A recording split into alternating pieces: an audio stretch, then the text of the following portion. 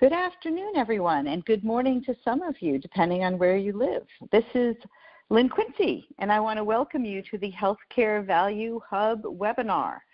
I love our topic today. We're going to be looking at how to incent providers, but from a very fresh direction.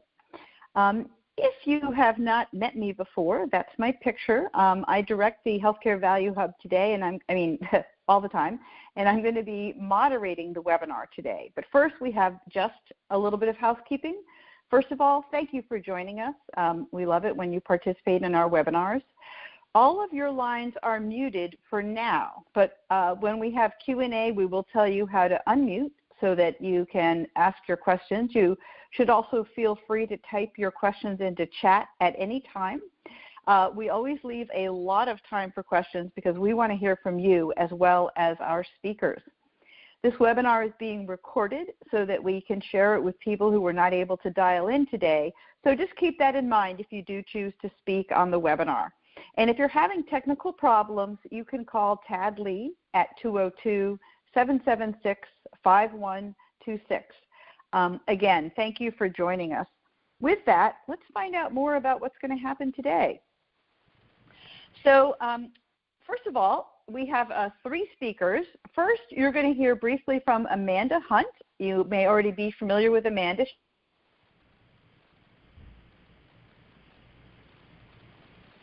She's directly related to today's topic.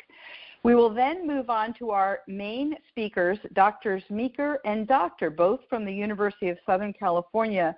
They have collaborated on several studies that are directly relevant to today's topic. And then, of course, we will have a Q&A. And with that, Amanda, I would love for you to unmute and tell us a little bit about this new issue brief about non-financial provider incentives. Great. Thank you, Lynn. So as frontline providers, physicians play a critical role in delivering better healthcare value, which has made them the primary target of strategies to address uneven quality and high costs. And so far, efforts to align physician behavior with broader policy goals have primarily emphasized provider payment reform under the assumption that paying physicians based on their ability to meet specific quality or efficiency measures will incentivize them to do it more often. But studies have shown that while financial incentives do provide some impetus for change, they alone are not moving the market toward higher value care. Instead, a growing body of evidence suggests that an informed mix of financial and non-financial incentives is key to getting to better healthcare value. So what are non-financial provider incentives?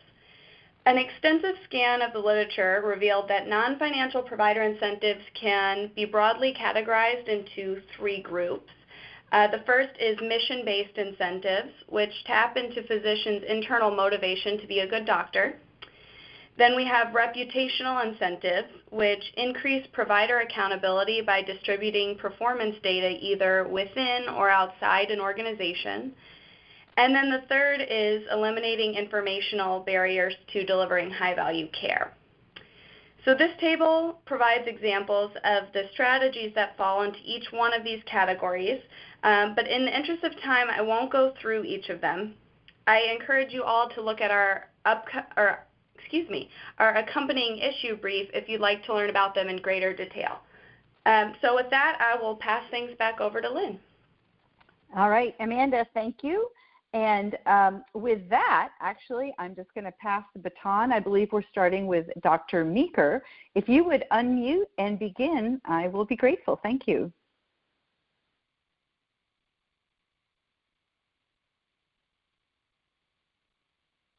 We can't hear you yet, Daniela.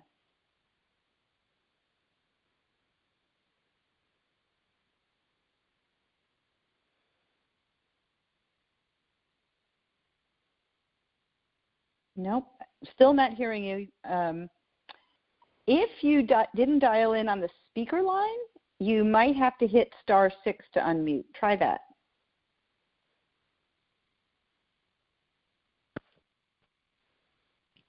Okay, can you guys hear me now? Yes, there you go. Thank you so much. My apologies. Okay, so sorry for that delay.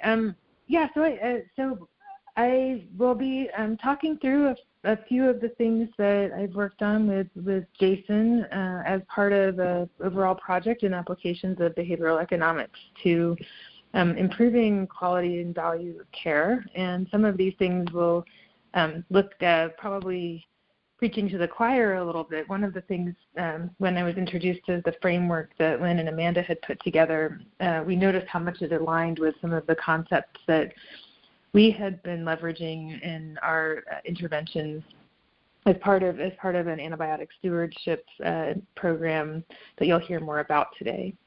And so I will quickly go through some of the history that inspired our work, and then Jason and I will talk through interventions, and he'll tell you more about the next steps in research. So the diagram that you just saw with the taxonomy is going to look similar to the interventions that you see today, although we're using a slightly different verbiage for the different components. So a lot of the things that we're working on kind of combine different aspects of tapping into professional ethos and peer comparisons, as well as things that are related to public reporting. We have not necessarily seen informational barriers as the things that have been preventing efficient and safe use of antibiotics. That's primarily because as far as the clinical domain goes, there's a fair amount of consensus. However, some of the decision support and computerized order entry might remind people of things that they already understand well. So our work is inspired by something that you guys are familiar with respect to how much expenditures in healthcare are not necessarily working on improving healthcare, and so we've taken some inspiration from other industries. And so there's been a fair amount of research historically on applying non-financial incentives to persuade people in spaces outside of healthcare. And so some of the research that happened prior to our work is related to addressing some self-control problems and the ways that social norms may or may not fit in with what we consider to be optimal in whatever our target behavior is. The book Nudge came out in 2008, and I think that's inspired a number of different activities, both inside and outside of healthcare, including our own work to a certain extent. The UK Nudge Unit was formed in 2010, and more recently, the White House Nudge Unit was formed. And both the UK Nudge Unit and the White House Nudge Unit have healthcare centers that they are working on. And some of the insights that have come out of that history of work have to do with concepts like peer comparison, the notion of we expect that people will want to look like others, and we look to others for how the norms are in terms of behavior. In justifications, we want others to approve of our behavior. So again, that professional ethos kind of concept. Public commitments, which has both a social and a professional aspect to it.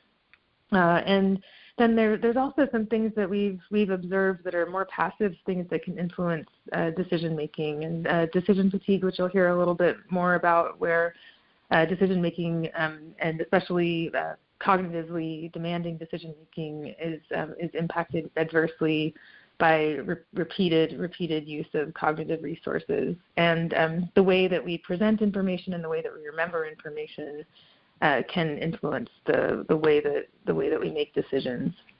So our focus on antibiotic prescribing is in part because of the really high number of outpatient visits where antibiotics are prescribed and how many of those prescriptions are inappropriate. So we thought that if we can address this problem, we can probably generalize our solutions to other domains, given that there's a fair amount of consensus around this, and there isn't an informational gap.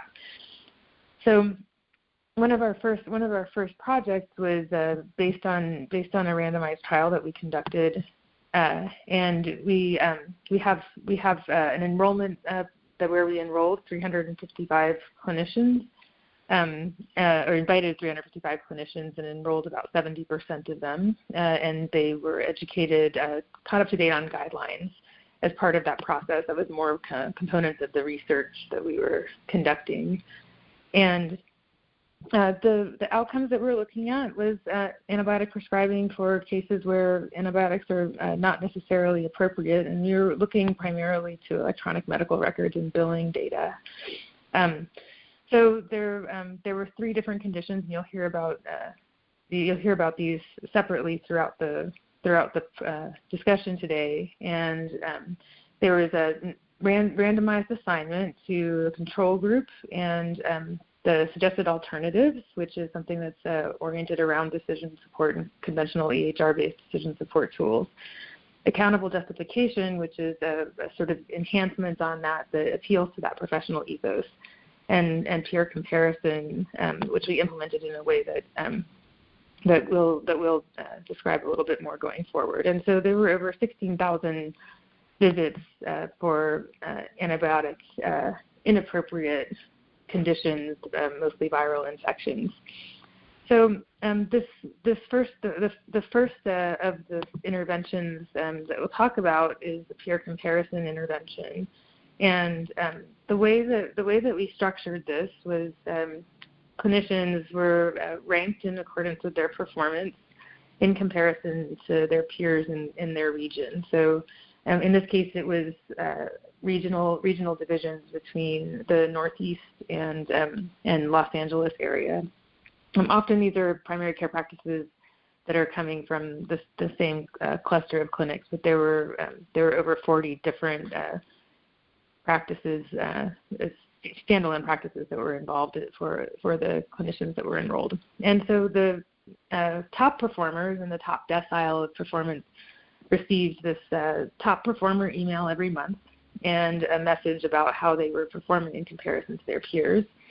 And the bottom 90% all received an email that indicated that they were not a top performer, told them about their rate, and also not pictured here is a link to the guidelines in case they would like a refresher on the guidelines. And the reason that it was structured this way and not necessarily a comparison to the average performance is that there have been findings from other areas of behavioral economics where showing where you stand on a distribution, say with respect to energy consumption, has resulted in regression to the mean for the top performers. So working with our colleagues, we crafted a message that gives the top performers something positive to hold on to without telling them how much better they are than their peers, which had those adverse effects in the past. So what we found was, so this is a plot that shows 570 days before the intervention started for the control group, which is the open circles, and the intervention group, which is the closed circles. And you can see before the intervention started, there's a shared downward slope over time, but they're not significantly different. After the intervention at time point 0 here, you can see that they pull apart pretty dramatically, and that we're getting to almost 0% across the board. So very little variation and very low antibiotic prescribing in the intervention group, where the control group is sort of remaining on the same trajectory as they were at baseline. So this result was really encouraging for us. It was also a fairly straightforward intervention to implement. And I think I'm going to hand off to Jason to talk about the other interventions. Are you unmuted, Jason? Can you hear me? Yep, perfect. Oh, I just was doing the star 6 because I thought you couldn't hear me. Okay, great. All right, so I'm going to continue the discussion with some examples of other nudges that we've used. This is also part of the same trial, or at least this particular one is. And this is the justifications. We also call this accountable justifications. And it's the idea that we want others to approve of our behavior.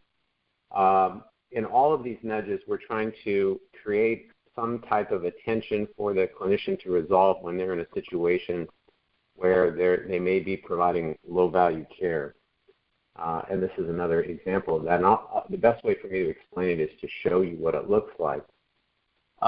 So in this case, a prescriber within the electronic health record is prescribing an antibiotic for acute bronchitis. And when the clinician does that, this alert comes up and it says antibiotics are not generally indicated for acute bronchitis. And then below that, there's a justification alert that says you prescribed antibiotics for likely viral diagnosis. Please click the Enter Justification button below and write your justification for prescribing antibiotics in the comment box. This justification will be entered into the patient's record. So that last sentence, which indicates that the justification is going to become part of the patient's record, is the social aspect of this nudge. And what it does is it engenders reputational concerns on the part of the clinician if they believe that they don't have a good reason to prescribe antibiotics. It looks like there was some issue with the text here, but originally this was two examples. First was an appropriate justification. Patient has asthma, and we did trigger this intervention so that it would not be punitive. The purpose was to provide information in the chart.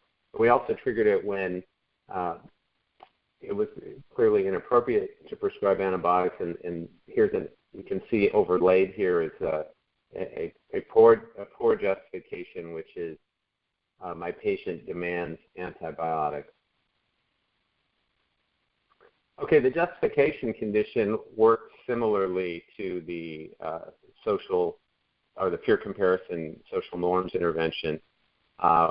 Again, there were no differences prior. This is the same type of graph that Daniela showed. There were no differences prior to the intervention, and then fairly dramatic drops after the intervention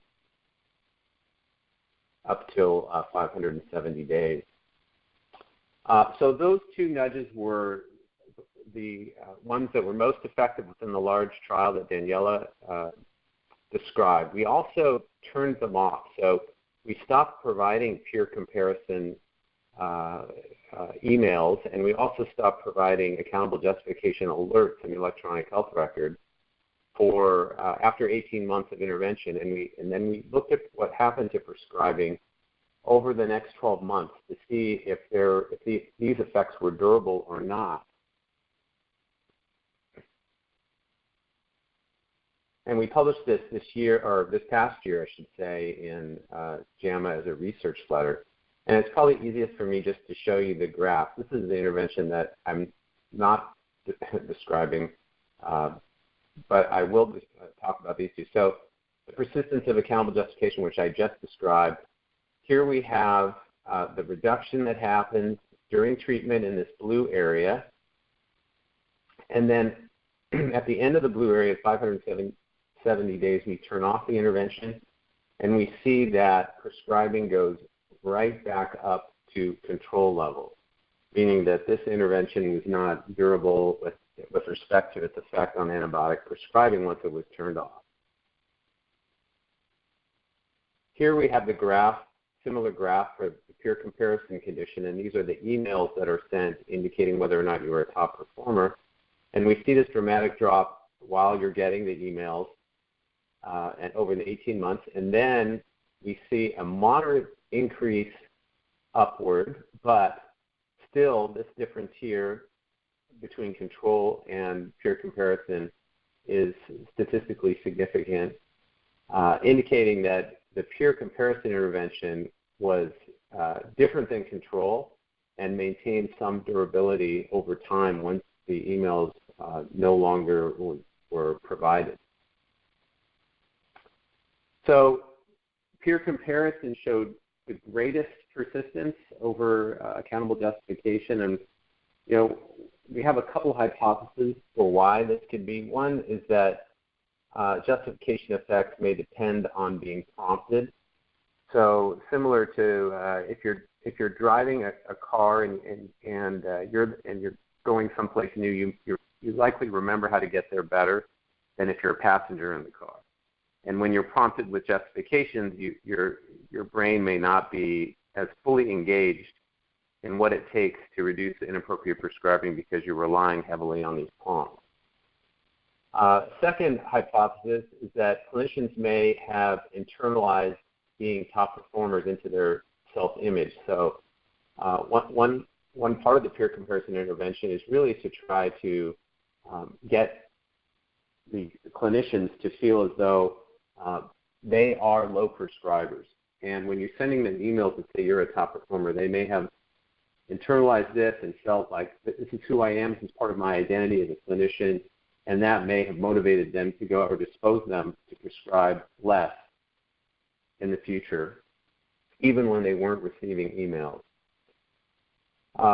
So, the other practical takeaway from this is that if you have to deliver one of these interventions and you only have a limited amount of time, it may be the case that peer comparison is the best option because of the durability of effect.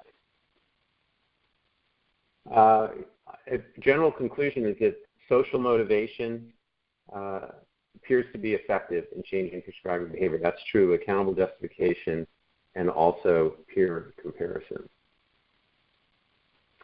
All right, I also want to talk about public commitment, which is this idea that that if we make a commitment, it binds our future self, who we are in the future, to the desires of our present self. If you ask clinicians, do you want to prescribe fewer antibiotics, they will always say yes, inappropriately.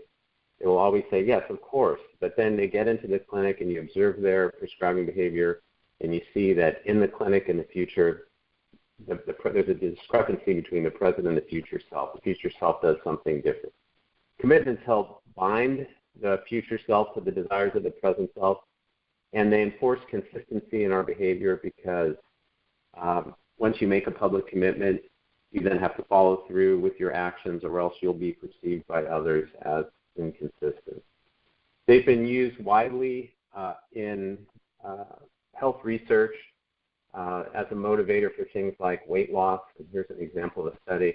Also, commitments are used by different companies online to help people change their behavior. One example is stick.com, where people make public commitments online to quit smoking, exercise more, spend more time with their children, and then are publicly accountable for those.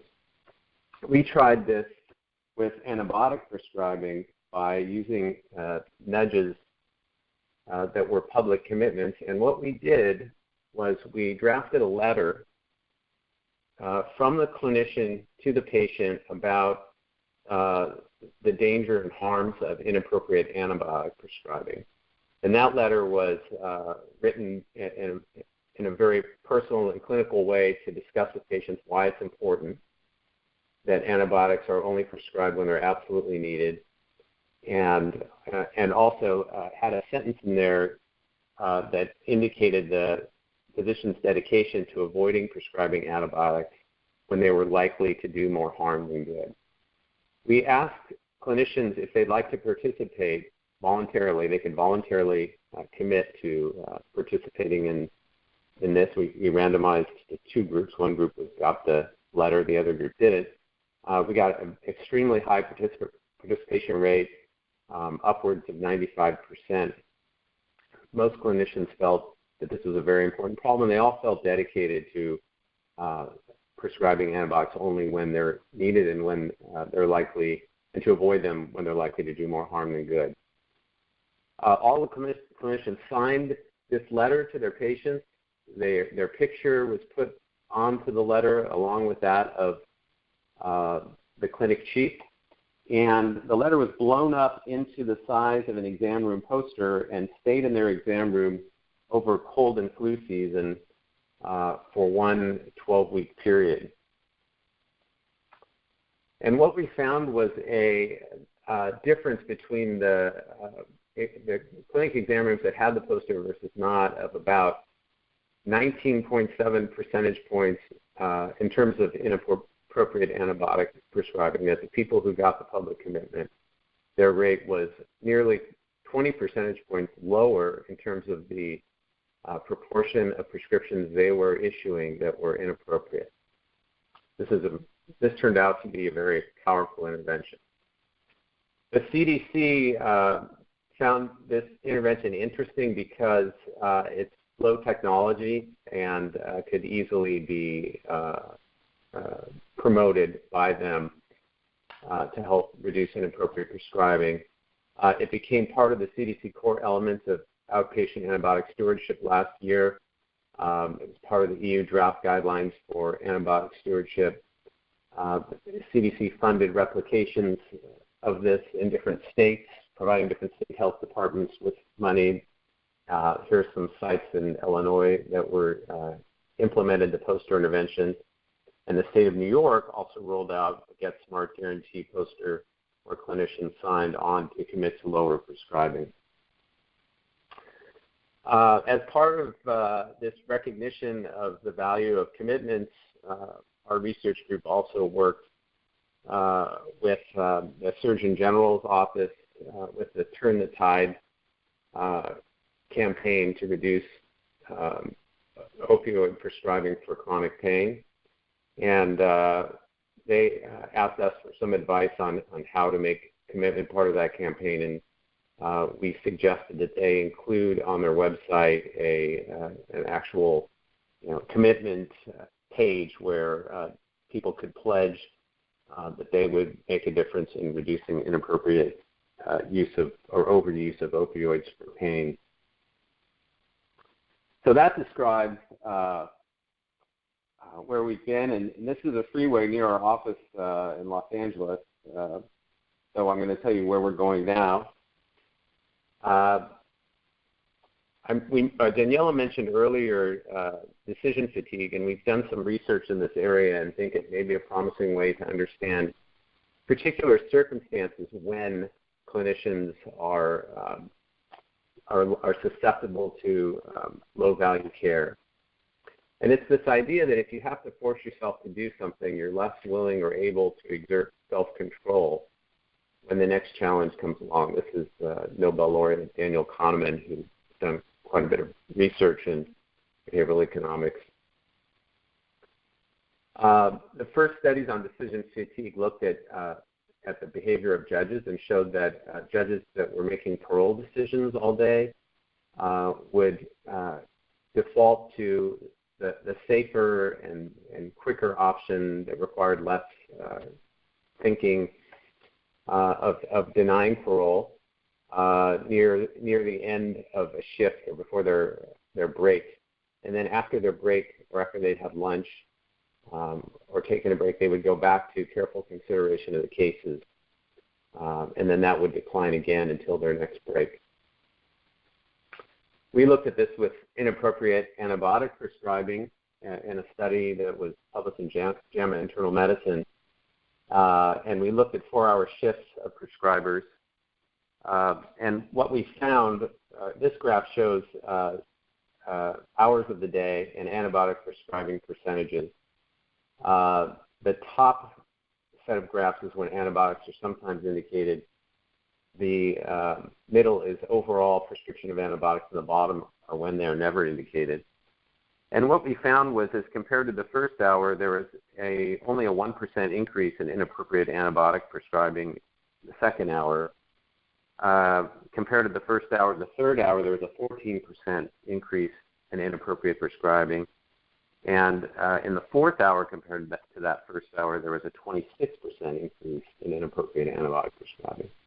So this lends some credence to the idea that during the day, as the day wears on, clinicians become more susceptible to inappropriate prescribing. They may find it more difficult to talk with their patients about alternatives. They may find making the decision not to prescribe harder because they have to engage in more brain power at the end of the day after making many clinical decisions. This work was replicated recently by Athena Research, which is a part of Athena Health, which operates a number of electronic health record systems. And they showed similarly that looking at number of appointments throughout the day, that antibiotic prescriptions over the course of the day increased. One thing that we're looking at now is how decision fatigue affects emergency care. And we're looking at this data that I'm going to talk about is 23 emergency departments in 10 different states, over 1,100 clinicians and 3 million visits to the emergency room. We looked at case complexity and low back pain imaging orders. And we know that in emergency care, the decision fatigue issues are likely as, if not more, challenging. Clinicians face a lot of interruptions. They make many time critical decisions. Oftentimes their sleep is already disrupted if they're working a night shift. And that becomes an issue. So this just shows an emergency severity index, which is a flow chart for whether an intervention is, a patient is highly complex or not that complex. And what we did was look at the acuity of the patient in terms of that measure, and also the cumulative acuity of patients over the course of a shift. So on the x-axis here, you have sort of a sum of the difficulty at that point in your shift of all the patients that you've seen. And on the y-axis, we have the rate of inappropriate imaging orders for low back pain. And you can see that this is over those 10 states and 3 million visits. You can see that there is an increase in inappropriate low back pain orders over time. There's also a large number of zero orders, and that could be a number of things that we're looking into. It could be that there are strict rules in the electronic health record against those orders or other barriers at some of the sites. The other thing we're looking at is availability, and this is the idea that the more easily we can call some scenario to mind, the more probable we'll find it to be. We know from that this is a real problem with the opioids crisis. So we have a situation where right now where we have 1 in 5 persons with chronic non-cancer pain are receiving opioid prescriptions in the clinic. And this is resulting in over 365,000 emergency department visits and 20,000 prescription opioid poisoning deaths, not to include all the illicit fentanyl and heroin deaths that are happening. And one concern is that the harms of opioids may not be available to clinicians, particularly primary care clinicians who may treat someone by giving them opioids, become uncomfortable providing them with higher doses, refer them to a pain specialist, or just not see them again, and then later down the road the patients suffer an overdose or even a fatal overdose. So we're trying to reduce this survivorship bias, provide greater availability of information by feeding back to clinicians information on the outcomes of their patients, particularly mortality associated with opioids, to close the loop on death. And doing this in a non-judgmental way that provides important information that can help them improve their practice.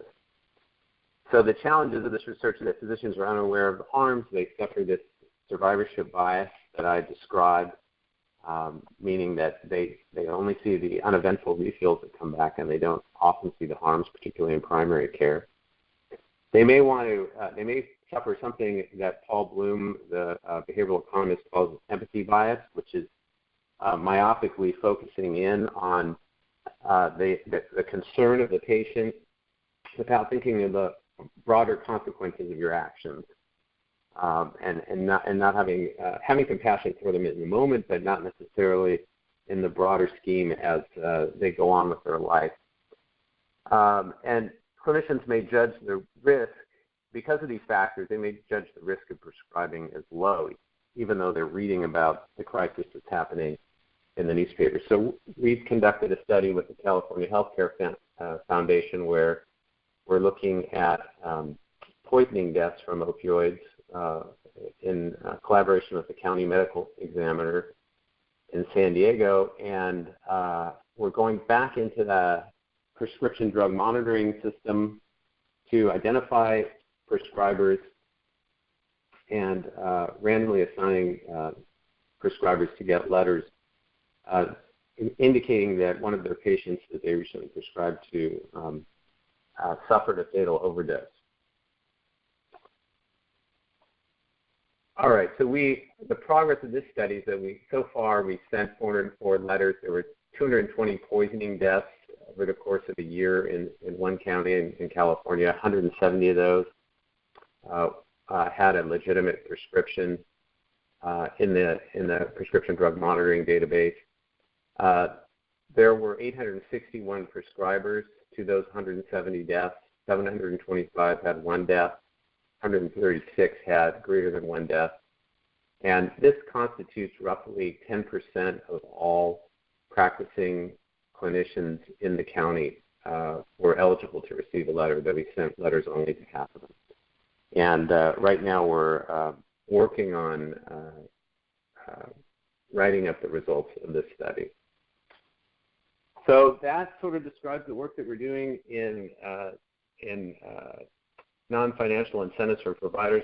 I want to thank all the members of our team at the University of California, Los Angeles, Boston. We have partners, healthcare is working with us, Rand Corporation, Boston office, Northwestern University, a company called Cope Health Solutions that helps us with many of the studies that we carry out.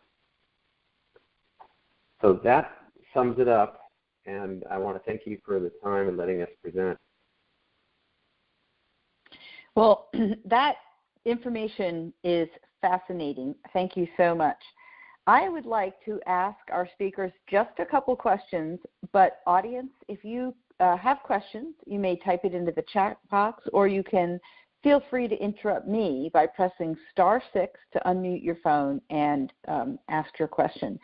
But to start, I just have a couple clarifying questions. So you described, going back to the first part of your talk, 3 interventions with some pretty impressive results, even if they didn't endure over time. And for each of the interventions you described to us, the peer comparisons, the accountable justification, and the public commitment, that was being done in isolation. That was the only intervention. There was not also a financial incentive or anything like that. Is that correct? That's right. The clinicians were paid for participation in the study, but the control clinicians were paid as well, and payment was not tied to any sort of outcome associated with their care. Okay, excellent. I have a few more questions, but let me first go to the one in the chat box. Christine asks, why was the trajectory of inappropriate antibiotic prescribing going down even before the intervention? Ooh, great question. Daniela, do you want to address this one? Sure. I think that is a good question, and I think like everything else that we're doing, it's in a context of other initiatives going on. And over this time period, CDC was really ramping up its messaging around inappropriate prescribing. A number of our providers were becoming accountable through HEDIS for acute bronchitis, appropriate prescribing in particular, which was one of our measures. We don't have exactly a reason why there was an overall trend, but we suspect it's because there were also additional things that were happening that were raising awareness to this issue. So kind of like what Jason referred to in the availability hypothesis, even in the control group, it's likely that they were made more aware of their antibiotic prescribing through reminders that might have been happening outside of the interventions that we were giving them. Another thing that was hard to compare your study that featured the public commitment intervention to the first two because the results were displayed differently. Can you say a few words about how the effectiveness compared to the first two interventions? Sure. Go ahead, Danielle. So yeah, I mean, I think that the public commitment it had the largest relative effect size by far of the interventions. So it was a relative 20 percentage point drop between the control group and the intervention group. For that particular group of providers, which is a different group of clinicians, the control group actually increased by a little bit, which made that relative difference even larger in comparison to what you saw in this slide where you saw the control group was decreasing. And that may have been some sampling issues because it was a different provider group that was participating in that. It was also an earlier time period when there might have been less pressure on those providers from outside sources to reduce their inappropriate prescribing. But that was one of those analyses where we had to look at the data, 3 or 4 times to make sure that we hadn't made a mistake because it was so much larger than what we expected. And that was the intervention where you explained to us it was being scaled up in Illinois and I think maybe New York. I've forgotten the other state. And is anyone looking to see if they're seeing similar results? Do you have any sense if it was scalable? Yeah. So,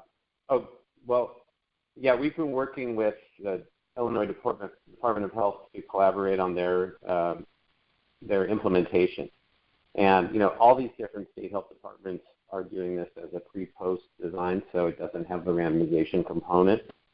But at least in Illinois, there was a significant drop pre to post in inappropriate prescribing when the posters were presented. Okay, thank you. Does anyone in the audience want to ask a question by unmuting by pressing *6? Otherwise, I'm going to ask a few more, but I'll be quiet for a moment. Okay. Do you have a sense that because as you know from our issue brief and Amanda's work, we're really interested in this as an intervention that perhaps is not getting as much attention as it should. That we're very, with some leadership from CMS, we're very focused on paying providers differently to get to the outcomes that we're looking for. Do you have any sense from your work, which has been very much in this, the antibiotic space and a little bit with opioids, that this can be expanded to reducing other forms of low-value care, or perhaps even beyond that to maybe coordinating care better, or is it, do the conditions have to be just right to see some of these effects that you've been observing? Daniela, do you want to answer that, or do you want me to? I'll start. Okay. I think that some of these have shown themselves to be fairly robust, and we had a very diverse group of providers participating in these. And in addition to the opioid prescribing, we're starting to look at things like imaging, where we're seeing such high variation even within a single provider that we think if even we can just get everyone to perform at the top of their own game, that they would be able to increase the bar quite a bit when it comes to value-based care for things like imaging. And there's some really interesting things to be thought through with team-based care and care coordination that has to do with mutual accountability and the composition of teams, and actually some of the things that we've been talking about just this week with respect to how to optimize under those circumstances where you have this kind of mutual accountability for what the outcome might be for patients, that when you have more than one person that might be involved in the care. And Jason, do you want to say any more about those kinds of those kinds of issues? Yeah, I think, with regard to low-value care areas, I think there's a lot of opportunity for use of these interventions, and that they are generalizable to different care problems, and through the use of the electronic health record, we can really nudge clinicians to change their behavior. I think the area where we have to think about these interventions differently is with regard to how we're changing behavior. And these aren't like educational interventions. It's more difficult, I think, to generalize these from practice to practice. There's some work that has to be done at each place to make sure that we're doing things correctly so that we're disposing providers mentally to make the better decision. And, with an educational intervention or an awareness-raising intervention, there's just a knowledge deficit, and we can build educational materials and disseminate those, and people are very familiar with that, and they can uptake that information. But with regard to these nudges, there's sort of an extra step where we have to make sure that the social environment is set up properly with respect to the nudge, so that the provider is disposed to make a better care decision. So I think that's sort of the challenge. Yes, I think that must be quite a challenge. Again, let me pause for just a moment. Is there anyone in the audience who wants to ask a question verbally by hitting *6? And of course, you can type it into chat as well. Okay, well, I'm going to keep going then. You guys are letting me have a lot of fun this particular webinar. So I was pretty interested in the decision fatigue data that you demoed, and I wondered if you have seen any interventions designed to combat that particular reason for bad decision making. This is for Daniela, I think, to answer. You give her all the hard ones is what I'm figuring out. Okay. No, she's taking the lead on decision fatigue research in our group. So also a good question, and we have some retrospective data to analyze that that might be of interest to uncover some of the ways that these interventions that we showed here interact with that phenomenon of decision fatigue. There have been some interesting things from the literature that have shown up, and we kind of talk about this a lot, is that people, when you're trying to improve quality of care, you try enough things that you're hitting on some of these concepts with variations that are arising kind of organically. And so the work that's been done lately in Kaiser with some forced breaks is something where we're interested in seeing if we'll see the same kind of rebounding that Jason showed with the judges after their lunch breaks. So they in their emergency departments, they've enforced some policies where that people have to take breaks whether they want to or not. And for those practices where they're doing that, we're going to be analyzing those data to see if something as simple as a break will improve your performance.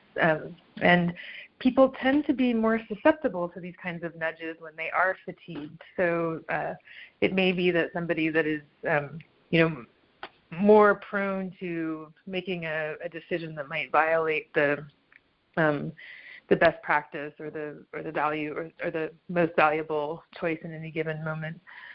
When they're fatigued, if we can make it easier for them to order the alternative that's higher value or avoid ordering the low value choice, that will actually not just address the fatigue, but possibly use the fatigue as a little bit of a lever to drive more higher value care, because they're more susceptible to nudges and defaults and things that might be just the easier heuristics or decision making. So some of those ideas are being explored right now with a group of advisors that we're collaborating with. So maybe next year I'll have some more information about what our trials will show.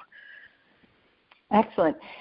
When you were working with these clinicians on these different studies, I don't know how much you really sort of talk to them about what led you to make this type of decision. But one of the things we hear is the complaint that was on Jason's slide, the patient made me order that antibiotic.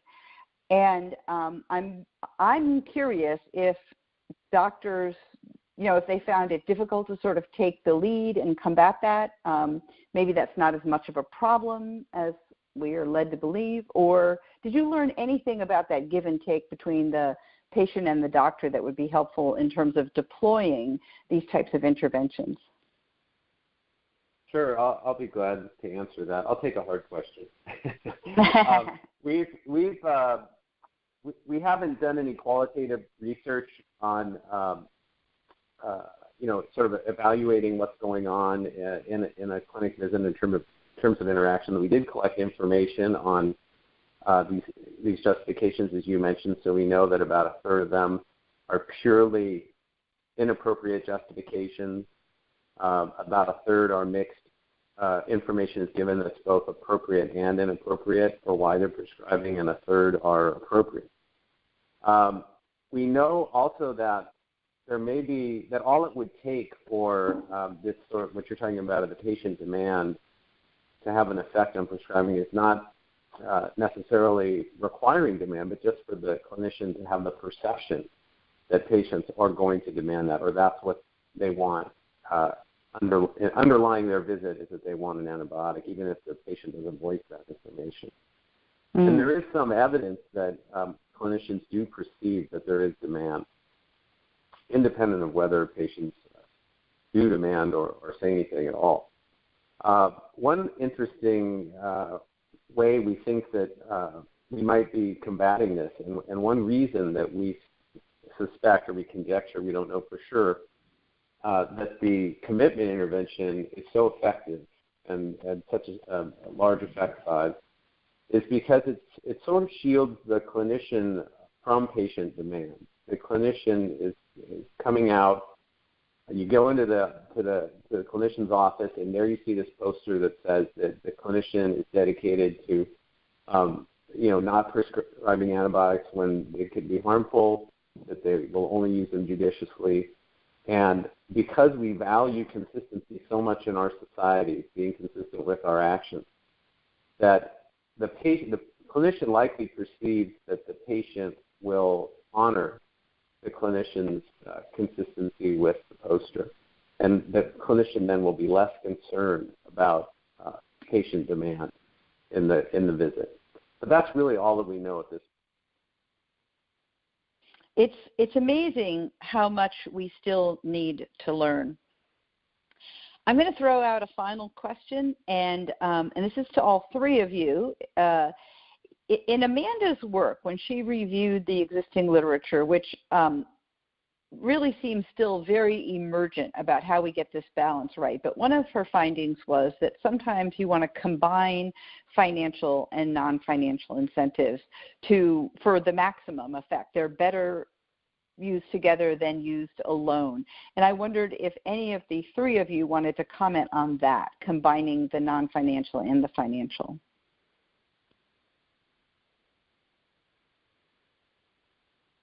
I'd be willing to comment. I think that's an interesting empirical question.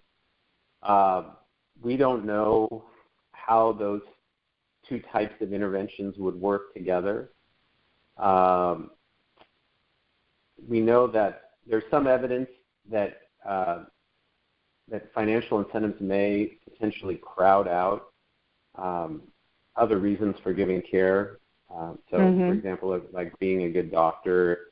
There's some evidence in the UK that if the incentives are large enough that that you're incentivized for particular services, then other services that are part of your quality measure portfolio get worse. And we call that crowding out. So it's unclear how that would interact or what the financial incentive would signal as an external versus an extrinsic versus intrinsic reward to the clinician in terms of being a physician and the value that they provide. So I think that we need to study that. In the U.S., very few clinicians receive direct financial incentives most of it goes to the clinic or the organization that they work for. And so I think that the non-financial incentives can work in the U.S. environment. They can work nicely with the financial incentives because a clinic manager can get an incentive and use the non-financial incentives to help, achieve the financial goal.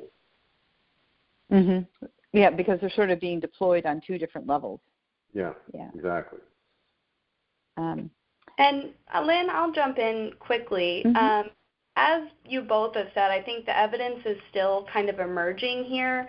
But in our research brief, we do highlight one example, which is Blue Cross Blue Shield of Massachusetts Alternative Quality Contract. And while it's certainly not, a silver bullet, as we say, when it comes to achieving healthcare value, there's still room for improvement. It does seem to have had some success according to third-party evaluations. And so we go through that in extensive detail in the publication. If anyone is interested in knowing how they employ specific, or how they combine specific financial and non-financial incentives, I encourage them to take a look at that.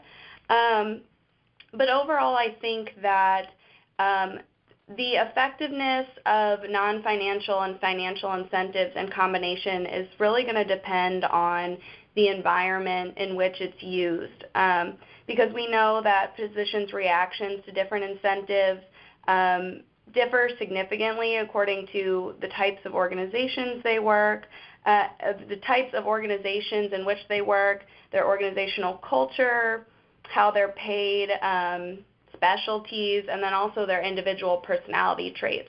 So I don't think we could necessarily say that any one combination in particular is going to be, the end-all, be-all solution. But, hopefully we'll see more research coming out on this to shed some more light. All right. Well, this is wonderful. Audience, do you have any questions, burning questions that you did not yet get to ask? You may still hit *6 to unmute. I'll give you a minute. All right. Hearing none, I wish to give a profound thanks to Dr. Daniela Meeker and Dr. Jason Doctor. Your information is really valuable, and we will be disseminating it broadly to our Hub friends. We always want to thank the Robert Wood Johnson Foundation, which makes the Healthcare Value Hub and this webinar series possible. We are, in fact, going to have a webinar next month if anyone would like to dial in. This one is about the roles of state insurance regulators and how we might expand their authority to help address the problem of healthcare affordability. So we hope you'll join us on March 16th. You can register right now if you want by going to Healthcare Value Hub/events. With that, Amanda, Daniela, Jason, thank you so much. Everyone have a great afternoon and a good weekend. Bye-bye. Thank you. Thank you.